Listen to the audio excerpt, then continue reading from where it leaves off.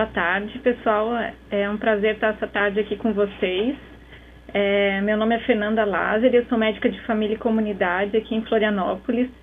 E a proposta hoje é conversar um pouco com vocês sobre o cuidado pré-natal, a gestante e seu companheiro durante o pré-natal, realizado pelo médico de família na atenção primária.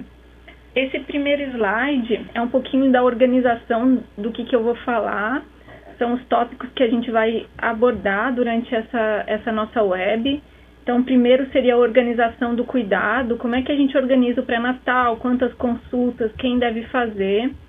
Os aconselhamentos, que são aquelas perguntas que muitas vezes as gestantes trazem para a gente. Às vezes a gente não sabe se tem isso já na literatura, se tem estudado, se a gente deve falar sobre isso ou não.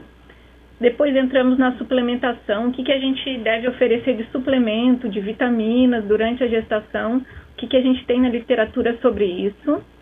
As vacinas recomendadas durante a gravidez, o exame físico que a gente deve realizar durante cada consulta de pré-natal e também depois os exames complementares, em cada trimestre, o que a gente deve fazer de exame complementar. Então, a gente começa pela organização do cuidado. O profissional que deve realizar o acompanhamento pré-natal de baixo risco. Então, lembrando vocês que durante essa web a gente só vai falar do pré-natal de baixo risco. A gente não vai entrar aqui no pré-natal de alto risco, que esse não é o objetivo do acompanhamento do médico de família a princípio. O cuidado, a organização do cuidado depende muito de como está estruturada a equipe. Mas o que a gente sabe, o que o Ministério recomenda é que o pré-natal seja realizado pelo profissional médico ou enfermeiro. Mas daí faz só o médico, só o enfermeiro, isso depende muito da disponibilidade local. Se existe o profissional médico na unidade de saúde e o profissional enfermeiro, podem ser intercaladas as consultas, um mês faz com o médico, outro faz com o enfermeiro. Se você só tem enfermeiro, é possível que o pré-natal todo seja de baixo risco, seja feito pelo enfermeiro. Isso, inclusive, é respaldado pelo Código de Ética Profissional da Enfermagem e pelo Ministério da Saúde também. Entrando na organização do cuidado, o segundo ponto seria o número de consultas ideal no acompanhamento pré-natal. Então, a gente tem a literatura do Ministério que recomenda pelo menos 6 consultas. O Caderno de Atenção Básica, publicado agora em 2012 pelo Ministério da Saúde, recomenda que seja realizado no mínimo 6 consultas. E o ideal é que essas consultas sejam iniciadas o mais precoce possível. Então, daí entra o trabalho em equipe, de acolhimento dessa gestante. Às vezes vem com uma suspeita de gravidez, a equipe poder escutar, fazer uma escuta qualificada e já pedir o beta-HCG e deixar a porta aberta para ela retornar, não ficar agendando para pedir um beta-HCG, às vezes tentar que na própria avaliação inicial se já solicite o exame e que ela volte o quanto antes para começar o pré-natal mais precoce. Em outros países, eles recomendam um pouco mais de consulta. O NICE, que é o Instituto Inglês de Saúde, que é o Sistema de Saúde Inglês, ele recomenda que as nulíparas façam no mínimo 10 consultas e as multíparas no mínimo 7 consultas de pré-natal. Eu trouxe para vocês mais para ilustrar. A recomendação aqui no país do Ministério da Saúde são no mínimo 6 consultas. Continuando, agora entramos no aconselhamento. O aconselhamento seriam aquelas informações que a gente não pode deixar de dar durante o pré-natal ou inclusive de questionar. Por quê? Porque a literatura traz que se essas informações são fornecidas durante o pré-natal, a gente vai conseguir diminuir diversas doenças ou complicações mesmo que podem estar relacionadas à gestação. Então, primeiro aconselhamento, primeira pergunta que a gente tem que fazer já na primeira consulta de pré-natal é sobre o hábito de fumar, o tabagismo. Por quê? Porque a gente sabe que o fumo durante a gravidez está relacionado com diversas complicações, descolamento prematuro de placenta, crescimento intrauterino restrito. Então, é importante a gente questionar se a gestante fuma e não só questionar, mas oferecer um acompanhamento para que ela possa cessar o tabagismo durante a gestação. A gente pode oferecer grupo de tabagismo naquelas unidades que tem e pode ser usado, inclusive, a goma de mascar de nicotina pode ser oferecida, né, durante a gestação como uma forma de poder abandonar o tabaco. Isso é grau de evidência A na literatura como aconselhamento. Um segundo aconselhamento importante da gente fazer durante todo o pré-natal é a respeito da amamentação. Vários estudos mostram que grupos de gestantes que receberam um aconselhamento estruturado durante o pré-natal sobre amamentação vão ter mais sucesso, vão ter taxas de amamentação exclusiva, de aleitamento materno exclusivo maiores no puerpério. Então é importante que durante o pré-natal a gente fale sobre amamentação e dê um suporte, informações sobre amamentação. Tem um outro aconselhamento que talvez aqui no país a gente não use muito, mas tem algumas cidades que têm águas termais e que às vezes a gente não sabe, é sobre imersão quente e sauna durante o primeiro trimestre. Então, a literatura traz que eles devem ser proibidos no primeiro trimestre, porque tem um risco de malformação do tubo neural e abortamento em banho quente de imersão. Seria aquele banho que fica mergulhado numa banheira de água quente, morna, e sauna também. Então, é importante a gente aconselhar a gestante que não realize esse tipo de banho durante o primeiro trimestre de gravidez. Depois não tem muito problema. Ainda dentro do aconselhamento a respeito da atividade sexual, muitas vezes a gente não fala sobre esse assunto durante a consulta de pré-natal, acaba sendo um mito, um tabu, as gestantes também não nos perguntam. É importante a gente falar que se ela não tem nenhuma complicação, nenhum sangramento, ameaça de aborto, pode manter relação durante toda a gestação sem nenhum problema.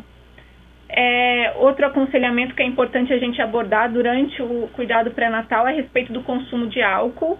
O álcool não deve ser evitado durante toda a gravidez, porque não se sabe a dose tóxica, a dose teratogênica, enfim, que vai provocar síndrome alcoólica fetal. Então, o ideal é que a gente oriente o não uso de álcool durante o pré-natal. E outro aconselhamento bem importante, que muitas vezes a gente esquece, é a respeito da atividade física. Tem muito profissional que acha que a gestação não é o momento para se começar uma atividade física, é melhor a gente não recomendar pelos riscos, mas na verdade às vezes a gravidez é um momento da gente estimular que essa gestante inicie, tenha uma atividade física. Então é bem importante que a gente estimule e uma atividade pode ser iniciada durante o pré-natal, uma atividade leve, caminhada na maioria dos dias da semana, e se ela já fazia alguma atividade é possível manter.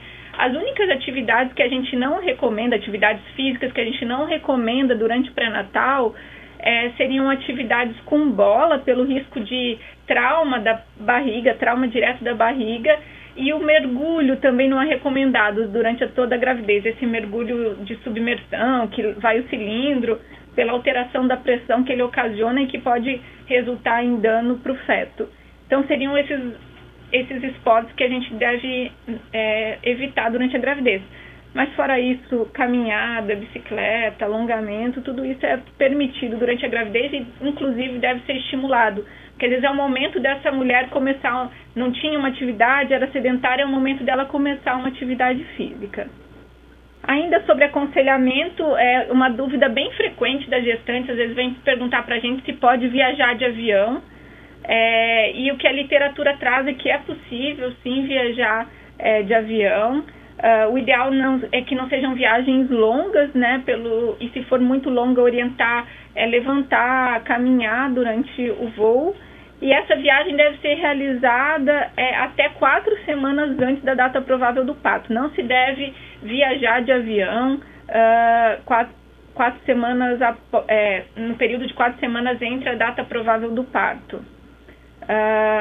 Outra pergunta que é bem frequente, muito profissional às vezes não sabe responder, é com relação a tingimento de cabelo, se é possível fazer ou não durante a gravidez. Então, o que a gente tem na literatura de recomendação é que se deve evitar, porque não se sabe o nível tópico absorvido da amônia, que ela é teratogênica, então a gente deve evitar tintura de cabelo com tinta com base de amônia. Pode ser usado tintura natural como rena, ou então também esses shampoo tonalizantes que não vão amônia, mas tintura que tem a base de amônia deve ser proibida durante a gestação, em todos os trimestres, inclusive.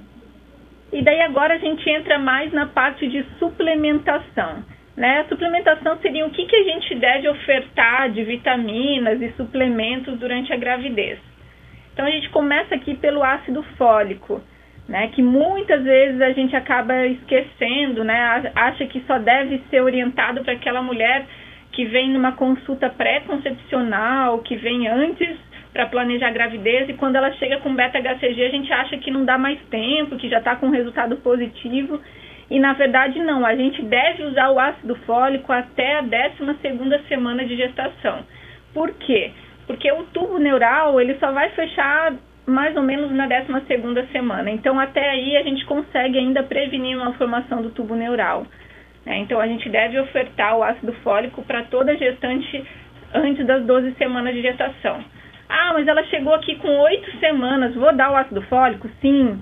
Dá o ácido fólico. A gente tem 4 semanas, ainda 1 mês, para ela receber essa dose do ácido fólico. Então, é importante a gente, né, saber que até a 12ª semana ele é recomendado. Mesmo que vá usar 1, 2 semanas, é importante que seja ofertado esse suplemento a ela. E a dose recomendada, assim, para gestante que não teve nenhum problema em gravidez anterior, nenhum antecedente de malformação, a dose recomendada é 0,4 miligramas, mas o que a gente acaba achando mais nas farmácias, inclusive padronizado pela Remume, é o de 5 miligramas. E não tem problema que a gente prescreva o de 5 miligramas para gestante de baixo risco. Para aquela gestante que já teve uma malformação, uma história de malformação anterior, o ideal é suplementar 4 a 5 miligramas dia. Né, que é o comprimido que a gente encontra mais frequentemente no SUS e nas farmácias comuns. Ainda sobre a suplementação, o ferro. Né? O ferro sempre é uma dúvida. Será que eu dou para toda gestante? Será que só algumas precisam do ferro? Então, eu trouxe aqui para vocês a referência, né, primeiro do Ministério. Lembrando que o Ministério ele faz material para o Brasil inteiro, e a gente tem um país que é bastante diferente, a realidade no norte, nordeste, muitas vezes é bem diferente da realidade que a gente tem aqui no sul do Brasil. Então, a recomendação do Ministério é que se administre sulfato ferroso profilático para toda gestante, independente do hemograma. Essa recomendação ela é baseada na leitura de que muitos lugares não vão ter acesso ao hemograma, né? Vai ser difícil de fazer, daí se justifica a gente suplementar universalmente para toda gestante o sulfato ferroso. Mas a literatura internacional, ela traz um dado um pouco diferente. Eles recomendam que a gente suplemente o sulfato ferroso apenas conforme o resultado da hemoglobina no hemograma. Então, assim, o ideal é que, se a gente tem acesso ao hemograma durante os 3 trimestres da gestação, primeiro, segundo e terceiro, que a gente não suplemente ferro universalmente para toda gestante, que a gente só suplemente o ferro para aquelas que tiverem uma hemoglobina alterada. Né? O que seria essa alteração na hemoglobina? Seria uma hemoglobina abaixo de 11 até a 28 a 30 semanas de gravidez e uma hemoglobina abaixo de 10,5 acima de 28 a 30 semanas de gravidez. Então, por que isso? Porque o sulfato ferroso muitas vezes ele é intolerado, ele tem um monte de efeito colateral. E se a gente tem acesso a um hemograma, consegue ver a hemoglobina, não tem indicação da gente suplementar o sulfato ferroso para todas as gestantes. Apesar dessa recomendação do Ministério, só que, como eu expliquei para vocês, ela é baseada, né, numa recomendação que é para o país inteiro e um país que é muito diferente, o que às vezes a gente tem aqui de exames disponíveis, né, no Sul, é uma outra realidade no Norte, no Nordeste. Então, talvez por isso que o Ministério tem essa recomendação de suplementar o ferro para todas as gestantes. Ainda na suplementação, vitamina A. Então, a vitamina A a gente tem que ter um pouco de cuidado. Muitas vezes tem muita gestante que vem já começa o pré-natal e já vem trazendo um suplemento que às vezes compra na farmácia ou é de alguma forma prescrito, um suplemento que é cheio de vitaminas e uma dessas vitaminas é a vitamina A. E pouca gente sabe que a vitamina A, em doses elevadas, é teratogênica. Acima de 5.000 unidades dia, ela tem um risco de teratogenicidade. Então, a gente deve evitar de prescrever vitamina A durante a gravidez. A única recomendação de vitamina A durante a gestação são em municípios que têm documentado hipovitaminose A, áreas endêmicas para hipovitaminose A, que no caso do Brasil é nos estados do Nordeste e na região de Minas Gerais, do Vale do Jequitinhonha e Mucuri. Seriam essas únicas duas regiões que têm uma hipovitaminose A documentada e que a gente tem indicação de suplementar a vitamina A durante a gravidez. Mas nos outros municípios não tem necessidade da gente suplementar a vitamina A. Inclusive a gente tem que prestar atenção para orientar que as gestantes não usem. Se por acaso elas vierem com esses polivitamínicos, dá uma olhadinha ali no rótulo, vê se não tem vitamina A numa quantidade maior que 5.000 unidades dia, que pode ser teratogênica. O outro suplemento seria a vitamina D. No caso do nosso país, que é um país tropical, que a gente tem alta incidência de luz solar durante quase todo o ano, a gente não tem indicação de suplementar a vitamina D durante o pré-natal. É diferente das gestantes que moram, né, em outros países que ficam mais ao norte, Canadá, a região da Noruega. Essas regiões eles têm pouca incidência de luz solar durante o ano e nessas regiões tem indicação de suplementar a vitamina D. No Brasil, não. O cálcio, né, uma outra suplementação que algum tempo atrás se fazia para aquelas gestantes com risco de pré-eclâmpsia, aquelas que têm história própria, né, de pré-eclâmpsia, antecedente pré-eclâmpsia ou história de mãe e irmã com pré-eclâmpsia. Normalmente se indicava o cálcio diariamente para prevenir a pré-eclâmpsia. Mas foram feitos vários estudos e se viu que o cálcio, ele na verdade ele abaixa a pressão, enfim, mas ele não diminui as complicações perinatais dessas mulheres que têm ou tiveram pré-eclâmpsia. Então, hoje se sabe que não tem indicação de suplementar cálcio nem nas gestantes com alto risco para pré-eclâmpsia. Daí, deixando a suplementação, entrando mais nas vacinas, né? Isso é um ponto bem importante do pré-natal, porque muitas vezes é o espaço que a gente tem para colocar em dia as vacinas daquela mulher, de orientar. Então, é um item bem importante que muitas vezes a gente acaba esquecendo e que ele muitas vezes mede, inclusive, a qualidade do pré-natal, né? Se o pré-natal é bem realizado, é um pré-natal que foi abordada a situação vacinal da gestante. Então, a gente tem que sempre abordar. No caso da vacina do tétano, né? A gente tem que ver se aquela gestante fez as 3 doses prévias, né, da vacina antitetânica. Se ela não fez essas 3 doses prévias, não tem documentado, perdeu a carteira, não sabe, a gente tem que fazer as 3 doses, tá? E uma questão bem importante que ainda é motivo de muita confusão. Essa vacina ela pode ser feita em qualquer época do pré-natal, né? No passado, achava-se que tinha que esperar o primeiro trimestre, mas hoje se sabe, né, que não precisa. Ela pode fazer a vacina antitetânica já na primeira consulta de pré-natal, se ela não fez. É importante se aquela gestante vai precisar fazer as 3 doses, é importante que a gente comece o mais cedo possível para ela conseguir completar o esquema vacinal durante o pré-natal, né? E se a gestante tem documentado as 3 doses, já fez tudo certinho, qual que é a recomendação? Então, a recomendação é que se faça um reforço a cada 5 anos. Então, se a última dose faz um tempo superior a 5 anos, a gente tem que fazer um reforço durante o pré-natal. E da mesma forma, ela pode ser feita em qualquer momento do pré-natal. Pode ser feito já na primeira consulta de pré-natal, lá com 8, 12 semanas. Né? Isso é recomendação do Ministério, recomendação da literatura também, então não há problema em fazer essa vacina já no início do pré-natal. A vacina contra a influenza, então a gente está aí já ainda na campanha da influenza, então chamar a atenção que as gestantes, né, têm recomendação de fazer essa vacina e pode ser feita também em qualquer período da gestação, né, uma dose única. É só uma pena que aquelas gestantes que, né, vão engravidar depois da campanha, elas não vão ter como receber essa vacina porque o SUS não disponibiliza, só disponibiliza nessa época que é abril. Mas estimular que essas gestantes façam, né, a vacina da influenza. E outra vacina que é importante, né, a gente verificar durante o pré-natal é a vacina da hepatite B. Então, se essa gestante, né, se essa mulher não fez a vacina, né, não tem documentado essa vacinação, a gente pode fazer. Só que diferente da antitetânica, a vacina da hepatite B, a gente tem que esperar o primeiro trimestre passar. Não dá pra gente começar a vacinação no primeiro trimestre. A gente tem que começar a vacinação só depois de completadas 12 semanas. Então, hepatite B, a gente não pode fazer no primeiro trimestre. Mas se ela não fez as 3 doses, ela pode fazer, né? Provavelmente não vai ser possível fazer durante o pré-natal, né? Mas a gente pode fazer, muitas vezes se faz precocemente, até consegue, porque o intervalo seria de 30 dias entre a primeira e a segunda e 180 dias entre a primeira e a terceira.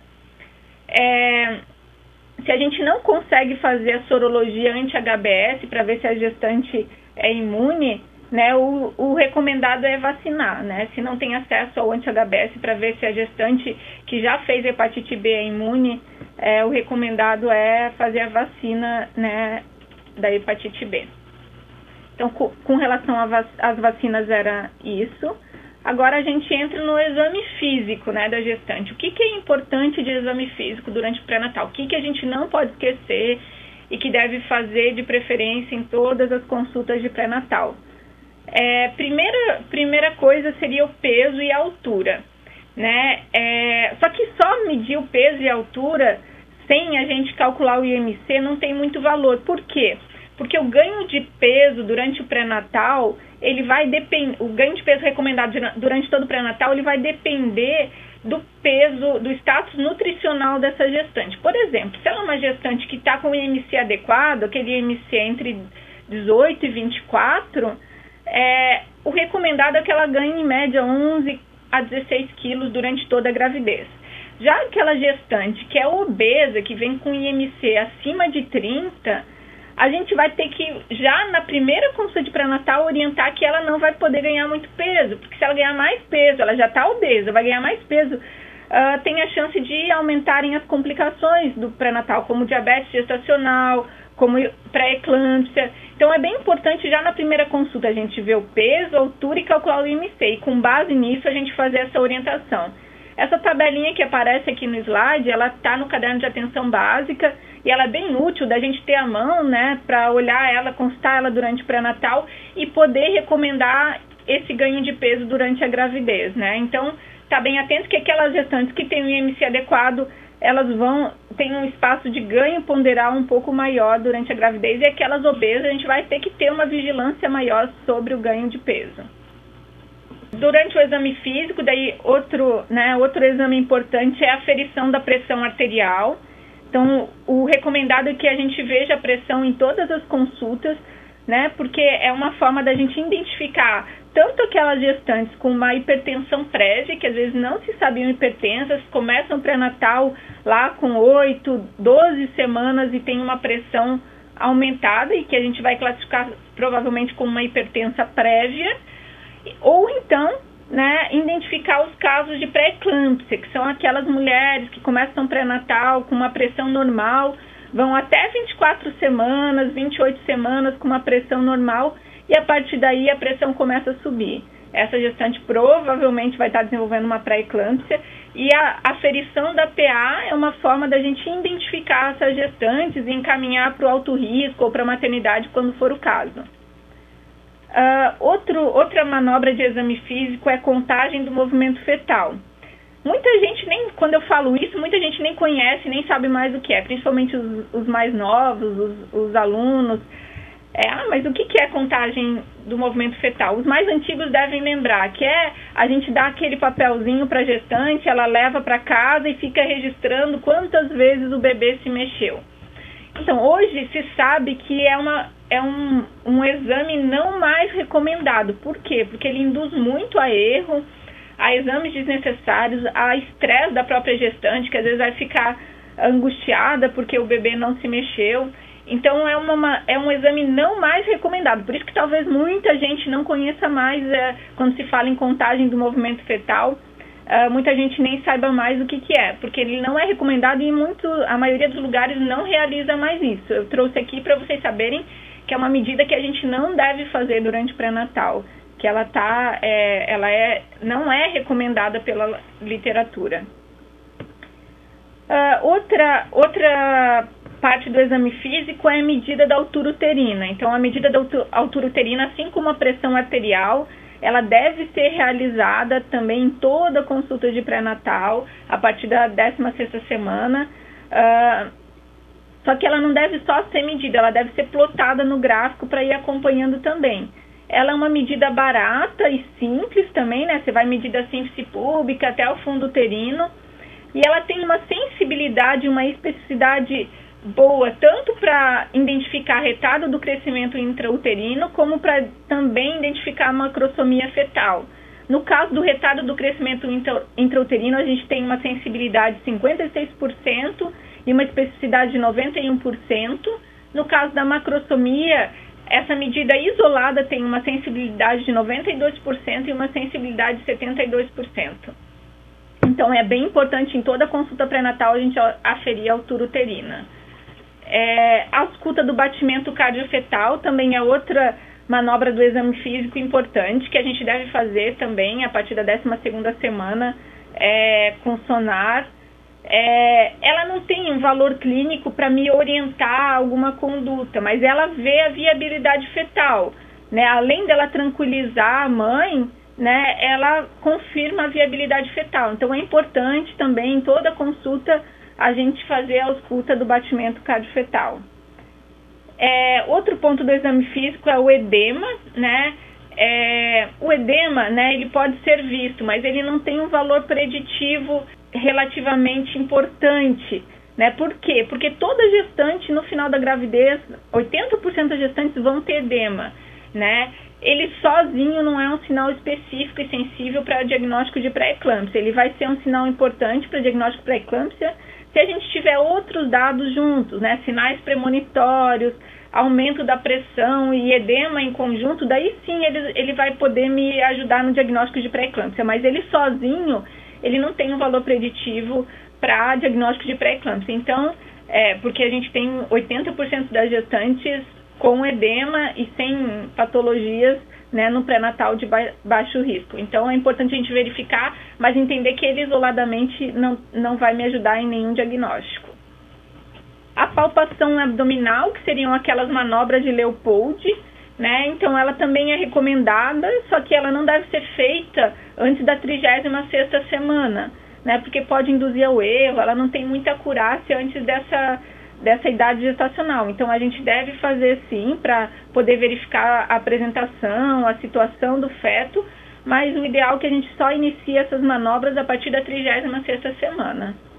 Ali o desenho ilustra um pouquinho de como fazer essas manobras. Então, do exame físico era isso. Então, lembrar, pressão arterial, altura uterina, BCF, a gente tem que, peso, né? A gente tem que fazer em todas as consultas de pré-natal. São partes do exame físico importante que vão nos ajudar, né, muitas vezes no cuidado pré-natal e identificar algumas alterações, se for o caso. E agora a gente entra na parte dos exames complementares. Então, eles estão divididos aqui nos trimestres. O que a gente deve solicitar no primeiro, o que a gente deve solicitar no segundo e o que a gente deve solicitar no terceiro trimestre. O que está em vermelho, aparecendo aqui no slide, a gente vai conversar um pouco depois em separado, porque a gente tem algumas divergências na literatura e daí a gente depois ali mais no final conversa um pouquinho sobre cada um. Então, o que é importante já no primeiro trimestre, ali na primeira consulta de pré-natal? O que a gente deve solicitar de exame? Lembrando que os exames de pré-natal, eles têm a função de rastreamento, né? O que é rastrear? É descobrir, muitas vezes, uma doença antes dela, né, se manifestar. Então, o primeiro exame ali, o hemograma, é aquilo que a gente já conversou, né? O hemograma é útil porque ele vai ajudar a gente a identificar aquelas gestantes que estão com uma anemia gestacional e daí sim oferecer o sulfato ferroso. Né, o hemograma deve ser feito nos 3 trimestres, vocês vão ver no primeiro, segundo e terceiro.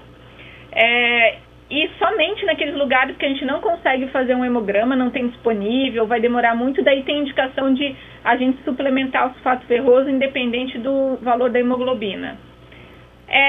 Segundo exame, tipagem sanguínea e fator RH. Então, é bem importante esse exame, porque porque através dele a gente vai identificar as gestantes que têm RH negativo e que vão ter o risco de desenvolver a eritroblastose fetal. Então, é bem importante a gente solicitar sempre tipagem sanguínea e fator RH, e naquelas gestantes que tem RH negativo, a gente vai ter que fazer o CUMBS indireto. A cada 30, 40 dias a gente tem que solicitar o CUMBS indireto, né? E se esse CUMBS indireto for positivo, a gente tem que encaminhar para o alto risco, para acompanhamento no pré-natal de alto risco. O outro exame é o VDRL. Esse exame é muito importante a gente solicitar, né? Por quê? Porque é a forma da gente identificar a sífilis durante a gestação e tratar, né? A sífilis a gente consegue tratar e prevenir a transmissão vertical, prevenir a sífilis congênita, que é uma doença grave, enfim, que muitas vezes vai causar malformação e diversos problemas no feto. Então, se a gente solicita esse exame e identifica a sífilis durante o pré-natal, a gente vai prevenir a sífilis congênita. Lembrando aqui que, né, a sífilis durante a gravidez deve ser tratada sempre como sífilis terciária, né? A gente tem a sífilis primária, secundária e terciária. No pré-natal, na gestante, a sífilis sempre é considerada sífilis terciária e deve ser tratada com penicilina benzatina, né? 7.200 unidades. A gente deve aplicar 2.400 unidades por semana por 3 semanas. Né? Se a gente trata uma gestante como sífilis primária ou secundária, ela é considerada subtratada e esse bebê tem o risco de adquirir sífilis. Então, assim, é bem importante, é uma medida importante de pré-natal, que muitas vezes a gente, né, não dá tanto valor, e a gente ainda no Brasil tem uma incidência muito elevada de sífilis congênita, né? Então, é bem importante a gente pedir esse exame e tratar, interpretar adequadamente. O anti-HIV também é outro exame fundamental que deve ser feito durante o pré-natal, porque a gente tem uma intervenção eficaz, né, para diminuir a transmissão vertical em até 90%. Então, toda gestante HIV positivo que recebe tratamento durante o pré-natal, né, o bebê tem 90% de negativar e não ter o vírus, dele não pegar o vírus materno. Então, é outro exame muito importante que a gente não pode esquecer durante o pré-natal. O parcial de urina e urocultura também a gente deve pedir nos 3 trimestres, porque é a forma de identificar tanto uma bacteriúria sintomática como uma infecção urinária sintomática na gestante.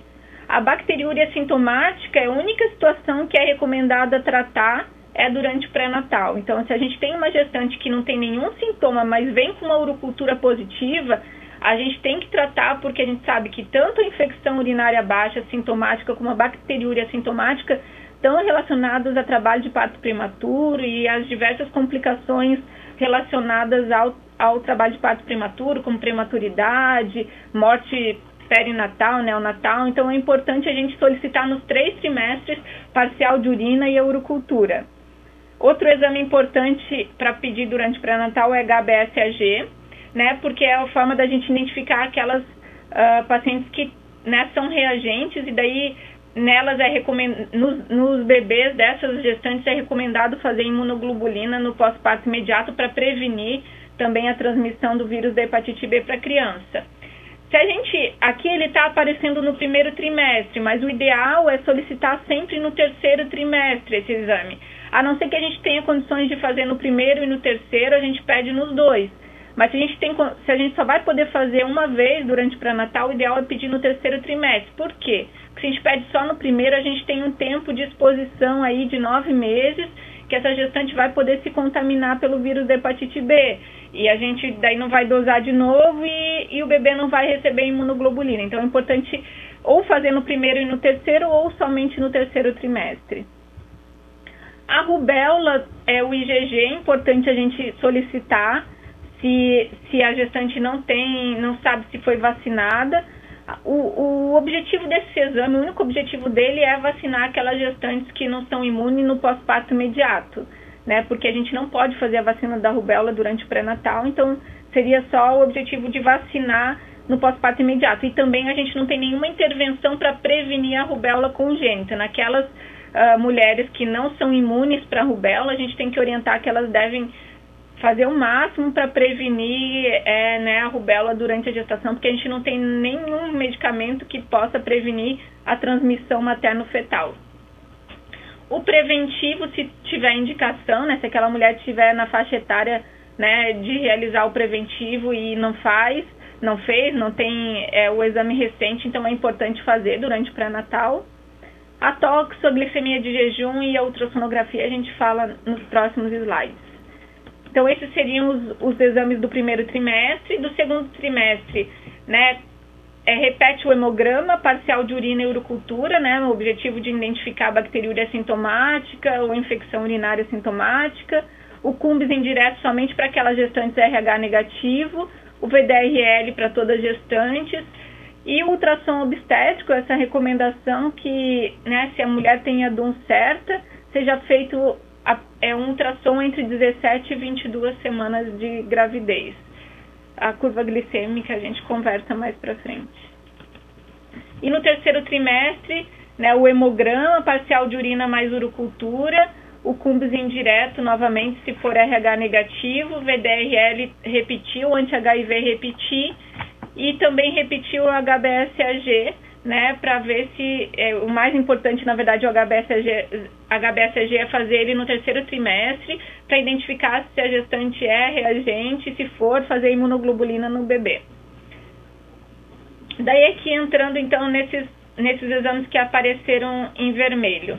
Né, com relação à toxoplasmose, né, o Ministério recomenda rastrear no primeiro trimestre, né, com IgM e IgG, e se essa gestante for não imune, não reagente tanto para IgM quanto para IgG, repetir novamente esses exames no terceiro trimestre.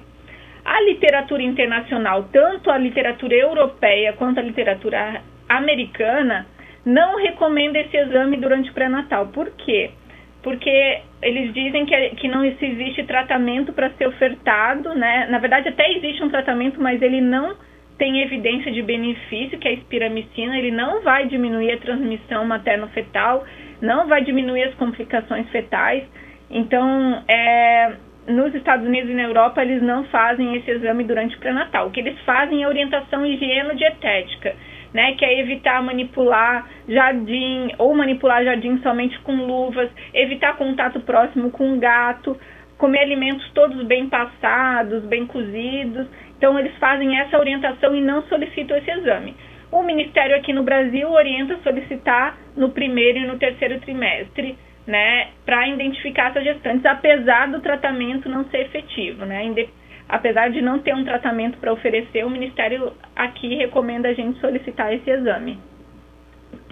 Daí, com relação à diabetes gestacional, também a gente tem um pouco uma diferença entre o que o Brasil recomenda e a literatura internacional recomenda.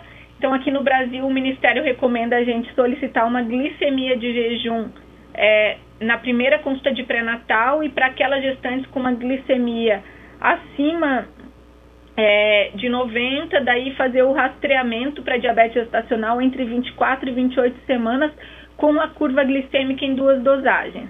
Já nos Estados Unidos e na Europa, eles não recomendam essa glicemia de jejum. O argumento deles é que se a gente pede essa glicemia de jejum, tem muita gestante que vai desenvolver diabetes gestacional 24 e 28 semanas e que não vai ser rastreada porque lá no início do pré-natal tinha uma glicemia de jejum normal. O que eles recomendam é fazer a curva glicêmica de 24 a 28 semanas, especificamente para algum grupo de gestante. Nos Estados Unidos, eles recomendam para aquelas com IMC acima de 30, com mais de 25 anos, história familiar de diabetes, antecedente de diabetes gestacional e alguns grupos étnicos específicos. E no Reino Unido, eles recomendam rastrear aquelas com IMC acima de 30, o antecedente de bebê macrossômico, história familiar de diabetes, ou parente de primeiro grau com diabetes, ou alguns grupos étnicos específicos. Então, assim, aqui no Brasil ainda é recomendado glicemia, pelo Ministério, glicemia de jejum na primeira consulta de pré-natal, e para algumas gestantes com a glicemia alterada, a gente vai fazer a curva glicêmica, o teste de tolerância oral à glicose de 24 a 28 semanas. Na Europa e nos Estados Unidos, eles recomendam apenas a curva glicêmica de 24 a 28 semanas, que seria a fase em que é mais comum a gente ter a diabetes gestacional pelas alterações hormonais próprias da gravidez. E daí, com relação à ultrassonografia obstétrica, o que se sabe hoje, o que a literatura traz, é que o número de ultrassons realizados durante o pré-natal não está relacionado, com um melhor desfecho dessa gravidez. Então, aquela gestante que faz mais ultrassom não significa que ela vai ter um pré-natal melhor. E o que se recomenda, o que a literatura recomenda é um ultrassom durante a gestação. Se a gestante tem uma DUM certa, ela pode fazer esse ultrassom entre 17 e 22 semanas, que é a fase em que se pode rastrear alguma anomalia ou malformação fetal. Se ela tem uma DUM incerta, o ideal é que esse ultrassom seja feito o mais precoce possível para datar melhor essa gestação, né, e evitar intervenções desnecessárias. Então, se ela tem uma DUM incerta, a gente tem que pedir um ultrassom de preferência antes da 11ª semana para datar melhor essa gestação. E depois um novo ultrassom entre 17 e 22 para avaliar alguma anomalia fetal. Mas se ela tem a DUM certa, sabe exatamente os ciclos regulares anteriormente, a gente pode, né, solicitar apenas um ultrassom entre 17 e 22 semanas. Com relação ao outro exame, que é a cultura do estrepto beta-hemolítico, então esse exame também é um pouco controverso.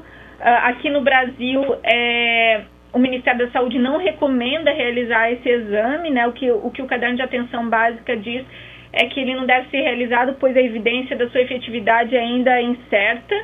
Nos Estados Unidos, esse exame é recomendado, deve ser realizado entre 35 e 37 semanas, né? Porque eles falam que rastreando a gente diminui a mortalidade perinatal por infecção, né? A finalidade do rastreamento do estrepto B é porque é o germe mais relacionado à infecção perinatal, né? Infecção do recém-nascido. Então, se recomenda a rastrear e tratar todas aquelas gestantes no intraparto que forem estrepto B positivo na cultura.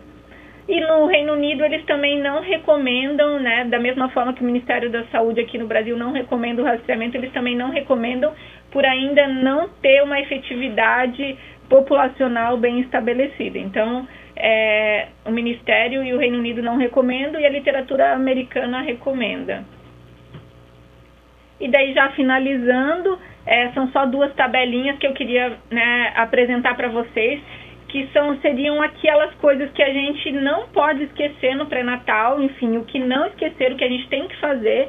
Então, primeiro, início precoce do acompanhamento pré-natal, então a gente captar precocemente essa gestante, chegou lá no acolhimento, né, com uma suspeita, já acolher, já pedir o exame, não pedir para voltar outro dia, né, porque muitas vezes ela pode não voltar ou procurar outro serviço, solicitar o VDRL, tratar adequadamente a sífilis na gestação, solicitar o anti-HIV no primeiro e no terceiro trimestre, realizar a vacina antitetânica e hepatite B se for necessário, solicitar o HBsAg no terceiro trimestre, estimular o aleitamento materno e o parto normal durante o pré-natal. Então, esses seriam os itens que eu queria que vocês não esquecessem, que é aquilo que a gente não pode esquecer, que fazem parte de um bom cuidado pré-natal, né, de todas as gestantes.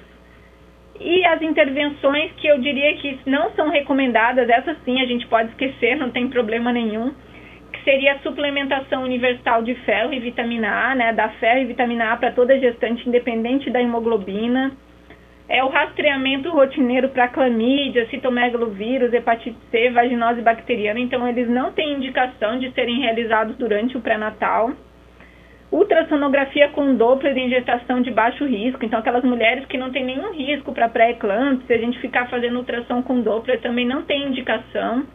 Rastreamento de anomalia cardíaca usando translucência nucal, contagem rotineira do movimento fetal e ultrassom rotineiro depois das 24 semanas. Então essas seriam as intervenções que a gente não recomenda durante o pré-natal, porque elas podem gerar falsos positivos, intervenções desnecessárias, então seriam aquelas que a gente deve esquecer.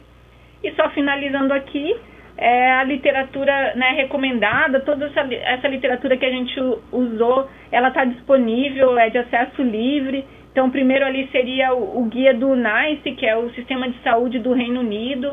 Ele é super atualizado e tem bastante referência, então vocês podem acessar, ele é livre, não tem que ter senha, nada. O segundo ali é o Jornal Americano de Médico de Família, de Medicina de Família. Também é um jornal super atualizado, não só para esse tema, para vários temas. também de livre acesso, é só o último ano que ele precisa de assinatura, mas os outros anos ele é livre, tem muito material interessante, de uma escrita boa, acessível. E o último seria o caderno do Ministério da Saúde, o caderno da atenção básica sobre atenção pré-natal, que ele está bem atualizado, ele acabou de sair, saiu agora no final de 2012, também é acessível na internet, ele está muito bem escrito, né, e eu acho que a gente pode utilizar como uma biografia para o dia a dia.